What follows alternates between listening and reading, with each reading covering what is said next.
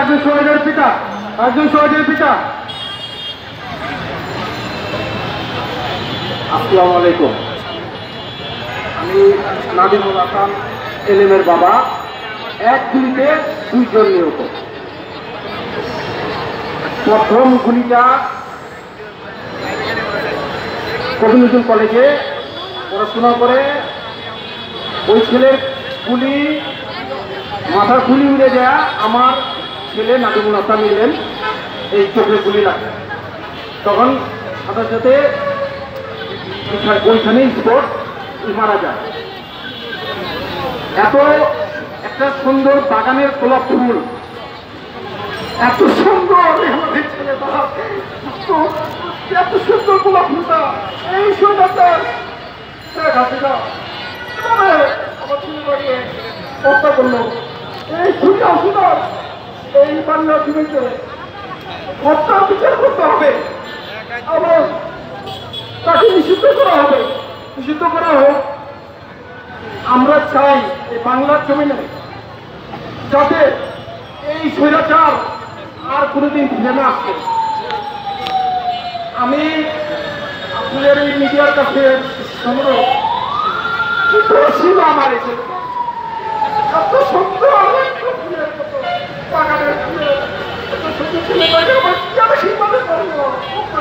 শুধু দর্শক, জাতীয় প্রেস ক্লাবের সামনে আমরা দেখতে পাচ্ছি ফাঁসিবাদী আওয়ামী শাসনের বিগত 16 বছরের গুম খুন হত্যা ও সাম্প্রদায়িক জুলাই 24 গণহত্যার বিচার প্রক্রিয়া ত্বরান্বিত করতে ও আওয়ামী লীগকে নিষিদ্ধের দাবিতে মানববন্ধন। সেই সাথে আমরা দেখতে পাচ্ছি স্বরাষ্ট্র মন্ত্রণালয় স্মারকলিপি প্রদান এবং জুলাই 24 শহীদ পরিবার সোসাইটি আজকের ব্যানার। আমরা দেখতে পাচ্ছি শহীদদের মা বাবা, শহীদদের ভাই বোন, শহীদদের স্ত্রী এবং তাদের স্বজনেরা এখানে আহাজারি করছেন, তাদের ছবি বুকে ধরে রেখেছেন। এটা আসলে হৃদয় বিদারক। এটা না দেখলে বোঝা যাবে না। আমিও একজন এইরকম পরিবারের সন্তান, যেহেতু আমার পিতা ও ভাইকেও হত্যা করা হয়েছে এবং বাড়িঘর লুটপাট করা হয়েছে, 3টে ব্যবসা প্রতিষ্ঠান ভেঙে দেওয়া হয়েছে, আমাদের অগণিত গাছগাছালি কেটে নেওয়া হয়েছে, ফলজ কাঠের গাছ, এবং সেই সাথে নগদ অর্থ স্বর্ণালংকার লুটপাট করা হয়েছে। এবং সেই ভয়ে আমরা বাড়িতে যাই না আজ 17টি বছর।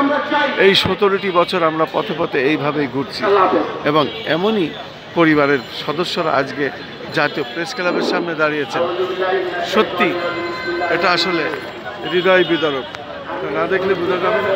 প্রত্যেকটি শহীদ পরিবার, এই শহীদ পরিবারের আকুতিতে আজকে আমরা দেখতে পাচ্ছি জাতীয় প্রেস ক্লাবের সামনে বাতাস ভারী হয়ে গেছে এবং বাতাস ভারী হয়ে গেছে, আল্লাহর আরশ কেঁপে যাচ্ছে এবং এখানে সমস্ত মিডিয়া ব্যক্তিরা এখানে আছে, প্রত্যেকের চোখে জল ছলছল, প্রত্যেকেই কান্নায় ভেঙে পড়ছে।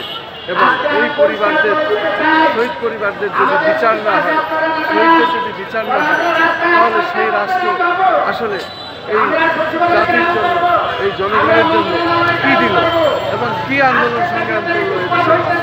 এত শহীদের রক্তের বিনিময়ে আজকে অন্তর্বর্তী সরকার, সেই অন্তর্বর্তী সরকার যদি এইভাবে কাজ করে তাহলে তো মানুষের কষ্টের শেষ নাই। আসলে এদেশের মানুষ চায় ন্যায় বিচার এবং হাসির সরকারের বিচার, খুনিদের বিচার, শেখ হাসিনার বিচার এবং যেসব পুলিশ লীগরা, পুলিশ বাহিনীরা এবং প্রশাসনের লীগেরা, বাহিনীরা মানুষের বুকে গুলি করে হত্যা করেছে, তাতে সকলেরই তারা বিচার চায়। আমরাও চাই, আমরাও ঘরে ফিরতে চাই, আমরাও ন্যায় বিচার চাই। এইভাবে আমার ভাইয়ের ফেনীতে সমস্ত টাকার চেক লিখে নিয়েছিল এবং ওই সময় এমপি মন্ত্রী মাফিয়ারা প্রত্যেকেই জড়িত ছিল। আমি সেই বিচার চাই, তাদেরও বিচার চাই, ঘরে ন্যায় বিচার চাই, খুনিদের ফাঁসি চাই। ধারাবাহিকভাবে এটা আমি প্রচার করি। যারা শহীদ হয়েছে এবং আহত হয়েছে, আজও পর্যন্ত 8 মাস অতিক্রম হয়ে গেছে, আমাদের বিচারের জন্য কোনো অগ্রগতি হয় নাই। অত্যন্ত দুঃখের বিষয়, আমাদের জন্য সরকার যে আন্তর্জাতিক ট্রাইব্যুনাল আলাদাভাবে গঠন করেছে, যে আন্তর্জাতিক ট্রাইব্যুনালে আমাদের বিচারের কোনো অগ্রগতি হয় নাই। সংগ্রামী সাথী বন্ধুরা, আপনারা জানেন আমাদের ছেলে আজকে রক্তের বিনিময়ে এই অন্তর্বর্তীকালীন সরকারের যারা মসজিদে বসে আছে তাদেরকে আমি পরিষ্কার বলতে চাই, আপনারা যদি এই সরকারের আমলে আপনারা যদি বিচার কার্য সম্পন্ন না করতে পারেন তাহলে আপনারা নির্বাচন দিয়ে দেন। অন্তর্বর্তীকালীন সরকার যদি পারেন তাহলে আমাদের সাথে বলতে হবে যে আমরা এই পর্যন্ত এতটুকু অগ্রগতি করেছি বিচারের জন্য। আমরা যেভাবে আপনাদের দাঁড়ে দাঁড়িয়ে ঘুরে বেড়াচ্ছি, আপনাদের কোনো সম্মান আমাদেরকে করেন নাই। প্রিয় ভাইরা, আমরা জানি স্বরাষ্ট্র মন্ত্রণালয় প্রতি রবিবার থেকে 125 সপ্তাহ আমাদের সাথে মিটিং করেছিল, কিন্তু আমাদের কোনো অগ্রগতি হয় নাই। তারা আমাদেরকে যেভাবে মনে করেন নবাব সিরাজুল্লাহর অভিনয় করে আমাদেরকে বিতর্কিত করতে চাই। আমরা যদি তাদেরকে সাজেশন দিতে চাই, তারা আমাদেরকে বলে আপনাদের কথাই কি আদালত চলবে, আপনাদের কথাই কি পুলিশ প্রশাসন শুনবে, আপনাদের কথাই কি আইন প্রশাসন শুনবে। তাহলে কার কথা শুনবে? থানার থেকে যখন উপরের লেভেলে ফোন দেয় তখন বলে আমাদেরকে উপর থেকে ফোন করে হয়, আমরা আসামি ধরতে পারবো না, আমাদের আইন বলে এই ধরনের কথা বলে। আপনাদের মাধ্যমে আমি প্রধান উপদেষ্টা ডক্টর বিনোদ স্যারের কাছে আমি বিনীত অনুরোধ রাখতে চাই, স্যার আমরা আজকে আমাদের ছেলেরা দেশের জন্য গিয়ে যে শহীদ হয়েছে, আহত হয়েছে, তাহলে কি অন্যায় করেছে? আপনারা যে নতুন বাংলাদেশ গঠন করতে চাচ্ছেন, কিন্তু আসলে নতুন বাংলাদেশ গঠন হচ্ছে না, পুরাতন বাংলাদেশের চেয়ে আরো খারাপ পরিস্থিতি আছে আইন শৃঙ্খলা বাহিনী। সংগ্রামী সাথী ভাইয়েরা, আপনারা জানেন আজকে দীর্ঘ আমরা যখন 10 লক্ষ টাকার 14 বছর শহীদের জন্য বরাদ্দ করেছে, আমাদের কথা ছিল মার্চ প্রথম সপ্তাহ থেকে দেওয়ার কথা ছিল, কিন্তু আমাদের আজকে পর্যন্ত কোনো অগ্রগতি হয় নাই। আমি গতকালকে মুক্তিযুদ্ধ মন্ত্রণালয়ে আমি প্রধান উপদেষ্টার কাছে যখন কথা হয়, সেই বলেছিল যে 1 মার্চ থেকে শুরু করবে, কিন্তু আজ পর্যন্ত কোনো অগ্রগতি হয় নাই। তার পাশাপাশি আজকে আমরা শহীদ পরিবার যে ভাতা দেওয়ার কথা ছিল 20,000 টাকা করে, তারও কোনো অগ্রগতি হয় নাই। আসলে আমরা কি অন্যায় করেছি, আমাদের ছেলেরা কি রক্ত দিয়ে কি ভুল করেছে? আমার মনে হয় যে প্রধান উপদেষ্টার কাছে আমি বিনীত অনুরোধ করতে চাই, আপনারা মুখে মুখে বলেন যে আজকে এই সরকারে আমাদের সরকার, এই সরকারের আমলি যদি আমাদের সম্মান মান সম্মান এবং হুমকি দামকি আছে, তাহলে আমরা কোথায় গিয়ে বাঁচবো? সে ভাষা আমাদের প্রকাশ করতে পারছি না।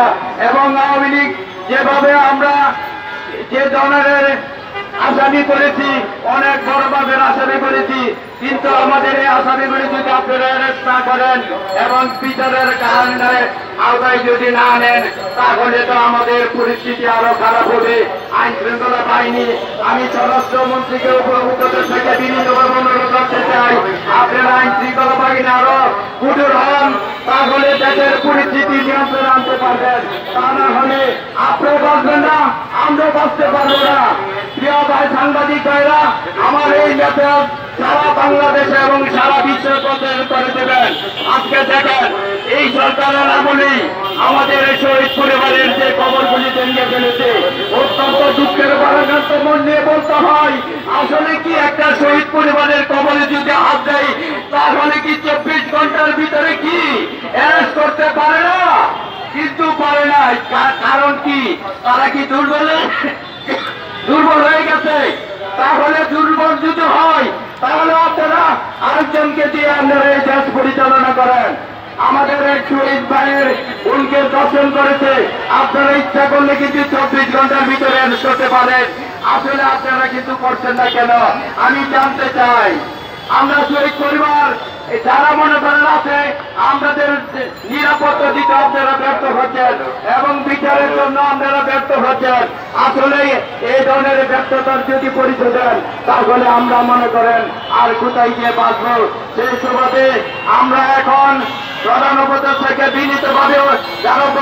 বিনীতভাবে আমি আবেদন অনুরোধ রাখতে চাই, আপনারা যেন এই সমস্যাগুলি যেন অতি দ্রুত সমাধান করুন। এখন আমরা শান্তিপ্রিয়ভাবে আন্তর্জাতিক ট্রাইব্যুনালের সামনে আমরা মানববন্ধন কর্মসূচি পালন করব। আমরা শহীদ পরিবার শান্তিপ্রিয়ভাবে যেন মানববন্ধন বিক্ষোভ মিছিল পালন করব। ধন্যবাদ। আসসালামু আলাইকুম। দর্শক, এইভাবে জাতীয় প্রেস ক্লাব আপনারা জানেন তাদের আওয়ামী লীগকে এই বাংলা মাটিতে নিষিদ্ধ করতে হবে।